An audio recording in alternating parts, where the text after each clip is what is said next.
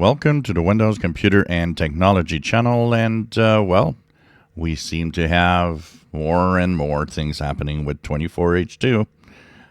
We have now a new problem with the installation media.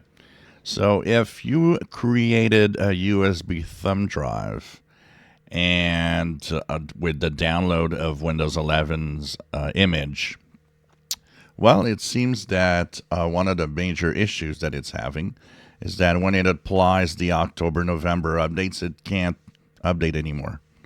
And it's stuck without the possibility of getting other Windows updates for the future. So Microsoft, of course, has issued a blog post with this on the known issue page. And what happens is that it tells you that when the media, which installs the October-November update, just can't continue. So what's the workaround? The workaround is to create an image that contains the December update. So that would fix the problem. It has to have at least the December update on it. So to do that, well, you've got to streamline the image that you download plus using tools. So it's a complex little issue for most people. The best, wait.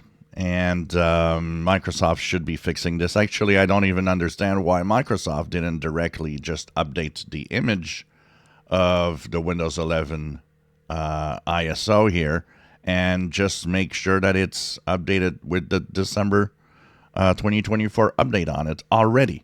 So, which would technically fix the issue. But anyways, a workaround is to create that. And if you don't know how to do it, or if it's, something that's a little too complex, just wait, and they are going to fix the issue. But this is, once again, showing so many things about, since the release of 24H2, how complicated it's been.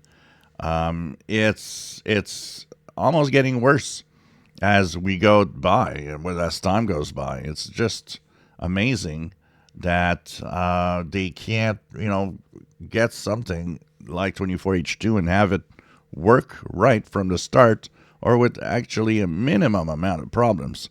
This is really, really unacceptable. So, way to go, Microsoft. Then you wonder why people want to stay on Windows 10.